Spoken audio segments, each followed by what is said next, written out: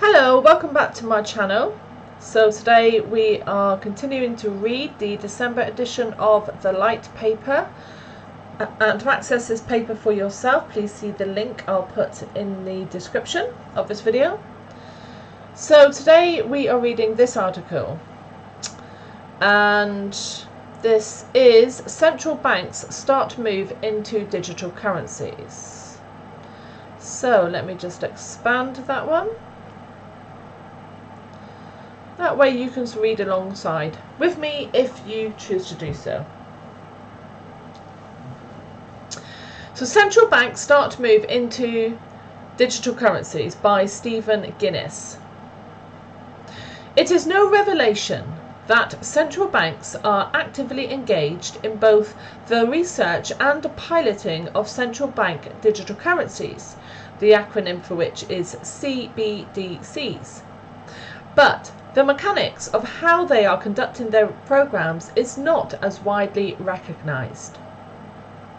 This is largely because the information is buried within the pages of mundane reports, speeches and discussion papers. A few headlines might be glossed over in the financial press, but the technical aspects are usually not considered. In January 2019, the Bank for International Settlements, the acronym BIS, published a paper called Proceeding with Caution, a survey on central bank digital currency. I briefly covered the survey in an article published back in September 2019. Back then, the BIS reported that a majority of banks were engaged in active research on CBDCs, but none were yet in a position to launch a digital variant of physical money.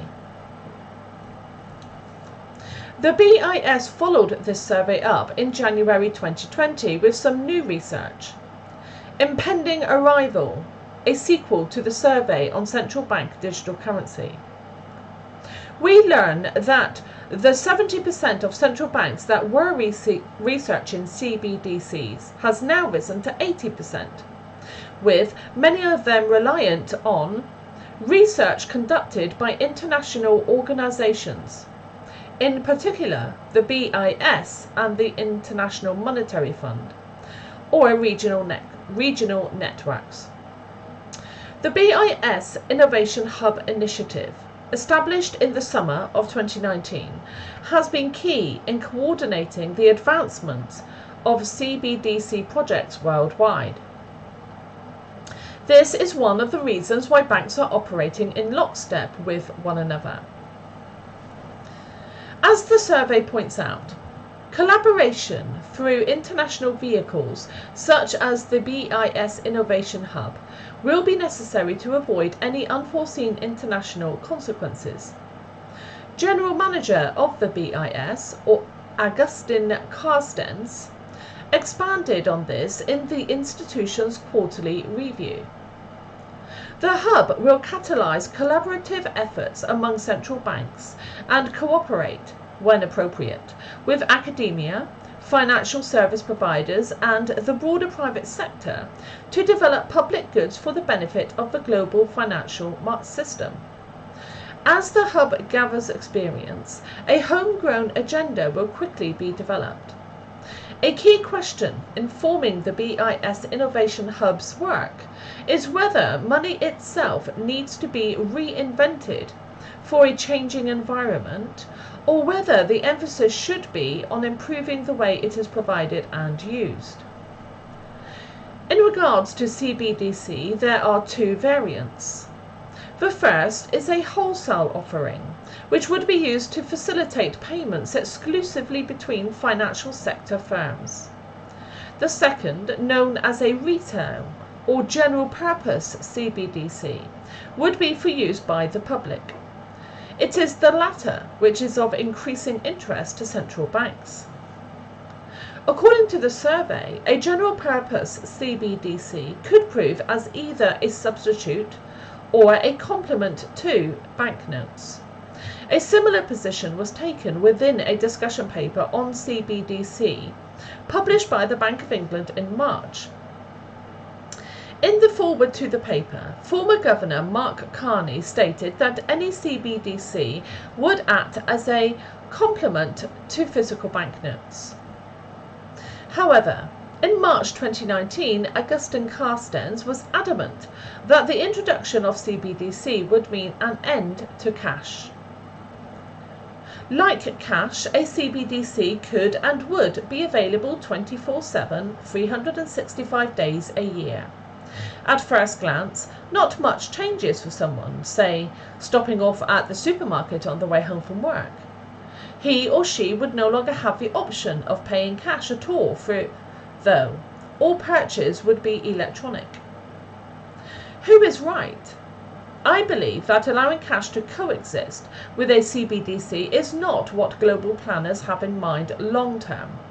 For a period of time, this may prove the case, but eventually, when cash usage drops to perhaps less than a tenth of all transactions, is when we would see the beginning of a process to eliminate cash from circulation completely. All remaining banknotes in your possession would be converted into CBDC. As the survey outlines, just under 50% of the world's central banks are investigating the public's use of cash, and a third are concerned that access to cash could decline in the medium term. Cash use has been gradually declining over the last 10 years, but since the start of the COVID-19 pandemic, it has collapsed to new lows. One thing the survey is clear on is that cash use is the key to driving many central banks' plans. Whether COVID-19 will result in the time frame for introducing CBDCs being brought forward is so far unknown. If the BIS paper is an accurate indicator, then around 70% of central banks see it as unlikely that they would issue any form of CBDC in the foreseeable future. But then again, banks have apparently moved away from classifying the implementation of a CBDC as possible, which the survey suggests may be a sign that research and experiments are helping to clarify a firmer stance on issuing a CBDC in the near term. For clarity, the BIS considers near term as anywhere from 1 to 3 years, and the medium term anywhere from 1 to 6 years. Right on time, Cambodia officially launched a central bank-backed digital currency in November that draws on blockchain technology designed by Japanese financial technology startup Sorimitsu Company. The e-money Bakong, an initiative of the National Bank of Cambodia, joins a very small group of digital currencies backed by central banks that have gone fully operational. Bakong, which supports transactions in the dollar and riel, the Cambodian currency, is expected to help Cambodians make payments and transfer money between individuals using their smartphones. The e-money can be used through the mobile app installed on a smartphone. While the number of Cambodians who have traditional bank accounts is limited, smartphones have reached every corner of the Southeast Asian country. The central bank began its pilot use in July last year. So far, about 20 financial institutions have participated in the project, with dozens more expected to join. Users of the mobile app can make payments and transfer money from their e-wallets by scanning QR codes or tapping in phone numbers. Pen Shenda, a senior official of the Cambodian Association of Finance and Technology, said Bakong would particularly benefit small businesses due to costs and risks associated with handling cash. Meanwhile, Lebanon's central bank also plans to launch its new digital currency in 2021 as part of a broader effort to combat a parallel economic and financial crisis that has engulfed the country. Central Bank Governor Riyad Salameh told a gathering of officials that we must prepare a Lebanese digital currency project as a way to shore up confidence in the banking system. As for the monetary supply in the Lebanese market, it is estimated that there is $10 billion stored inside homes. Salome said, according to the state-run National News Agency. The central banker added that a digital currency project launched in 2021 will help implement a cashless financial system to enhance the flow of money locally and abroad. Banque du Liban, the country's central bank, has been considering the idea of a state-run digital currency since at least 2018. Efforts appear to have accelerated earlier this year after violent protests and silent bank runs brought Lebanon's financial system to a halt. Faced with a dollar crisis, banks tightened restrictions on foreign currency transactions, with at least one major institution limiting withdrawals to just $400 a month. A plunging Lebanese lira made it almost impossible to transact in the local currency. Okay, and I think we'll just read this article as it's quite small, so we'll complete this page in this video. So this article is entitled Pensioners and Savers Hit Again by Government in Spending Review. Once again, a UK government have shifted the goalposts, making it that bit tougher for those who have worked hard and saved wisely all of their lives to enjoy their retirement at a certain level of comfort and peace of mind. Not content with attacking the elderly physically and mentally, now Chancellor Rishi Sunak announced in the House of Commons on Wednesday, the 25th of November, that they are reducing the amount of interest paid on people's lifetime investments by switching the measure from RPI to the lower CPI. Currently, this is a difference of around 0.8%. The only saving grace is that this change will not take place until 2030. This difference may not sound like a lot at first, but when compounded over many years, it makes a difference of many thousands of pounds.